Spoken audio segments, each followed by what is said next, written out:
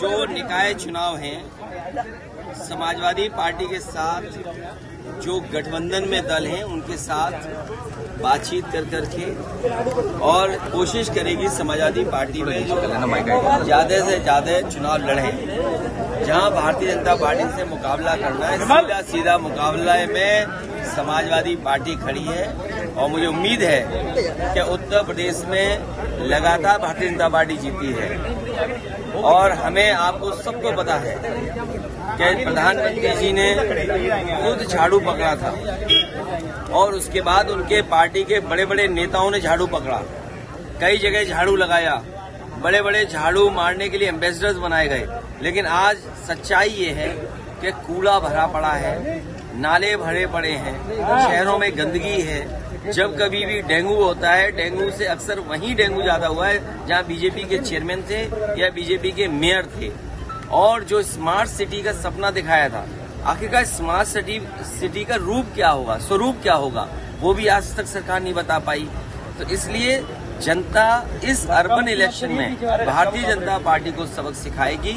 और हम तो ये कहेंगे कि महंगाई चरम सीमा पर है, बेरोजगारी चरम सीमा पर है और जो महंगाई हुई है वो भारतीय जनता पार्टी की देन है। जब से भारतीय जनता पार्टी आई है तब से न केवल हर चीज की महंगाई और काफी आगजनी हुई, बंगाल में भी दंगे हुए, इसका दोषी कौन है?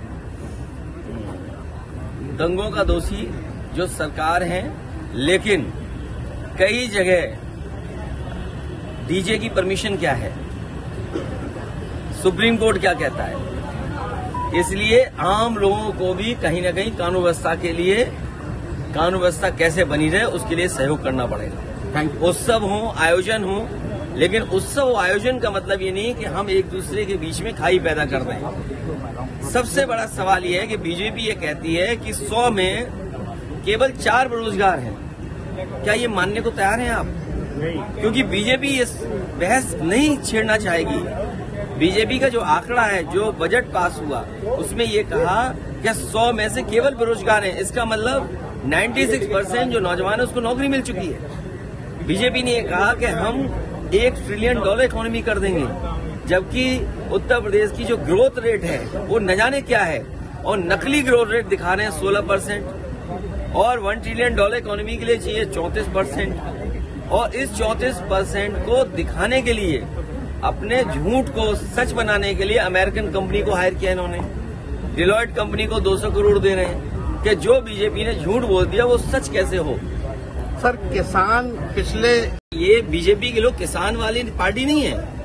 अगर ये किसानों का दल होता है, ये उद्योगपतियों का और बड़े कारोबारियों का दल है। इनका हर फैसला बड़े उद्योगपति, बड़े कारोबारियों की मदद का है। और इसीलिए आपने देखा होगा इन्होंने एक अपने उद्योगपति मित्र की इतनी मदद की कि दुनिया में 2 नंबर पे पहुंच गया। लेकिन एक रिपोर्ट आई, फर्जी बढ़ाया था, वो कहां धराशायी हो गया।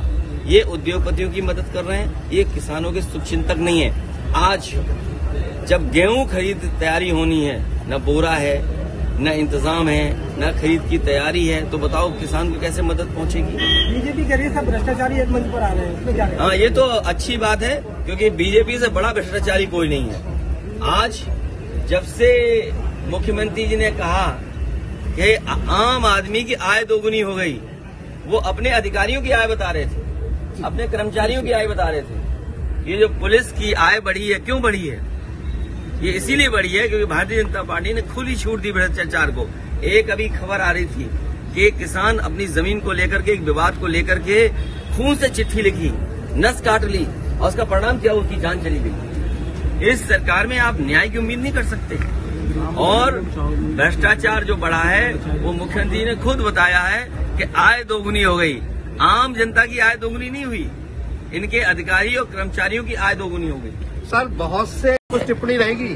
हम ये कानूनी कार्रवाई क्या हो रही है, लेकिन आप लोग भी समझदार पत्रकार हैं और मैं जानता हूं कि किस चैनल से ये सवाल पूछा जा रहा है। कई चैनलों का एजेंडा ये है कि वो कुछ मुद्दों पर इसी तरीके से बहस करते रहें। भारतीय जनता पार्टी ये नहीं बताना चाहती कि 1 अप्रैल से दवाइयां महंगी हो गई, इलाज महंगा हो गया, लोगों को इलाज नहीं मिल रहा, दवाइयां अस्पताल में नहीं है। ये सवाल बड़ा नहीं है। और जब से महंगाई बढ़ी और खासकर जो दवाई बढ़ी है, महंगाई हुई है, उसका कारण बीजेपी है। जब से बीजेपी की सरकार आई है, कैंसर ज्यादा हो गया, हार्ट अटैक ज्यादा हो गया, लोगों को डायबिटीज ज्यादा हो गई। ये राजनीतिक कारण तो है ही है, और आर्थिक कारण ये भी है कि डिमांड सप्लाई का जो मामला है कि मान लीजिए बाजार में किसी दवाई की कमी पड़ गई, अपने आप बाजार बढ़ा लिया। याद कीजिए कोरोना के समय पर ब्लैक हुई दवाइयां। तो भारतीय जनता पार्टी जब से आई है तब से दवाइयां भी महंगी हो गई और इलाज भी लोगों को नहीं मिल पा रहा है। सर, आखिरी सवाल है, ओलावृष्टि में फसल बहुत बर्बाद हुई है, अभी उसको 1 रुपया भी अनुदान सरकार का नहीं मिला है। मैं धन्यवाद देता हूं आपको।